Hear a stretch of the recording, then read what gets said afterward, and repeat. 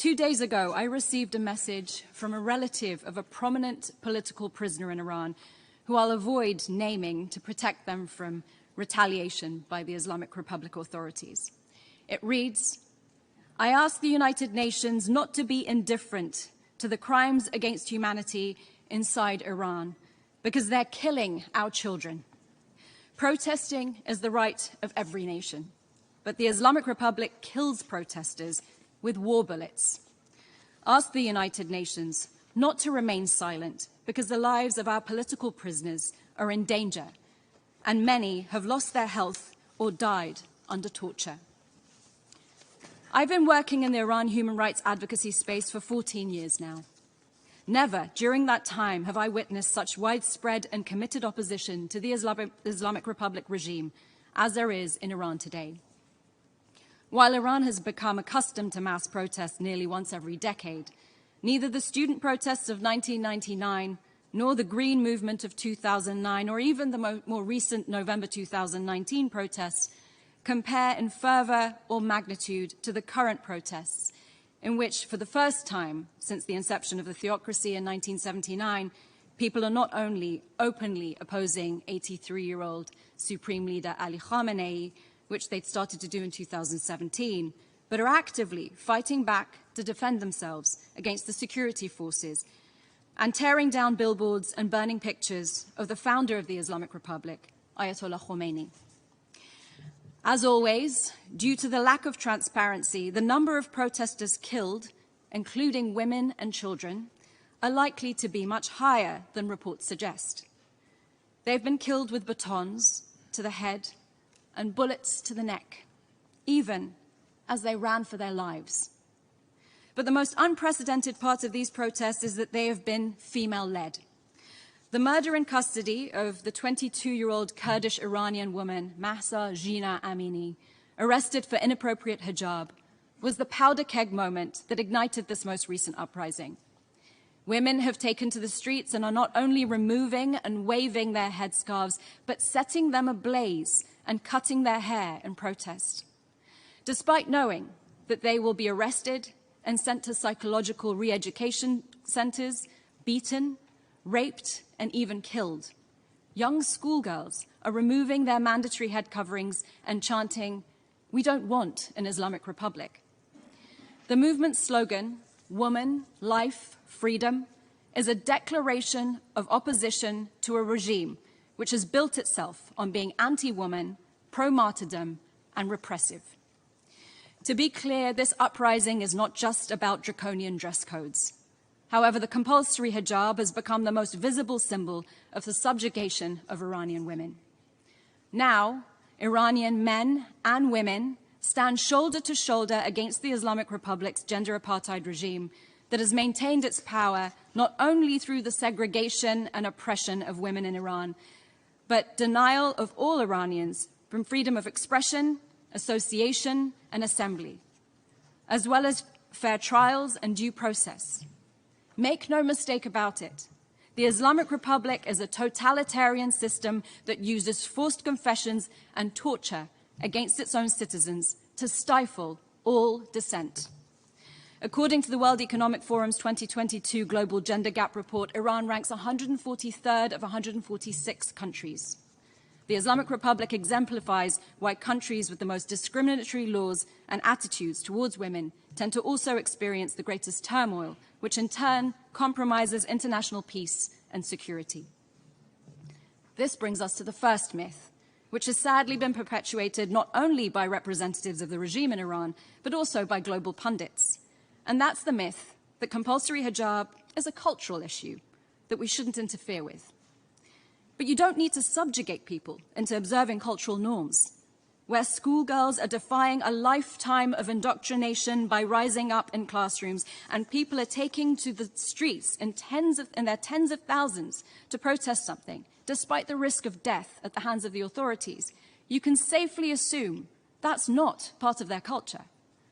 Coercion that violates human rights has no place in any culture, and Iranians are risking everything for the world to understand this.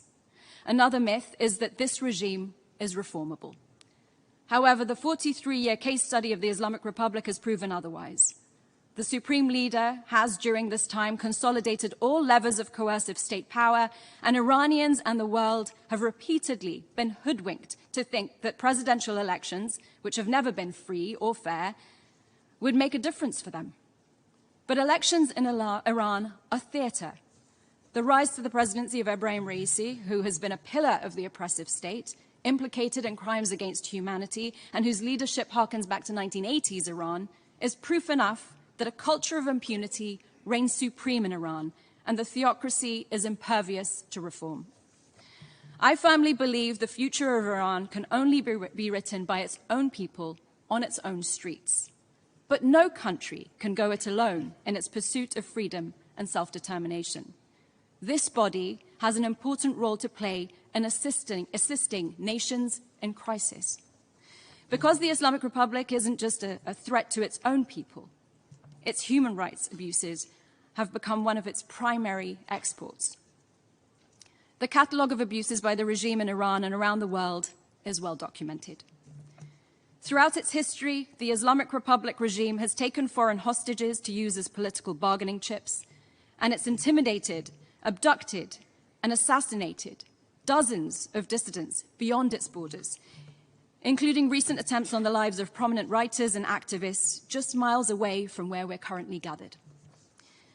The potential for the current protests to transform Iran from theocracy to representative government could be a geopolitical game changer and the single most important key to bringing about stability in the Middle East. That's why I believe in building global unity and regional capacity against the Islamic Republic's crimes under international law, including human rights abuses.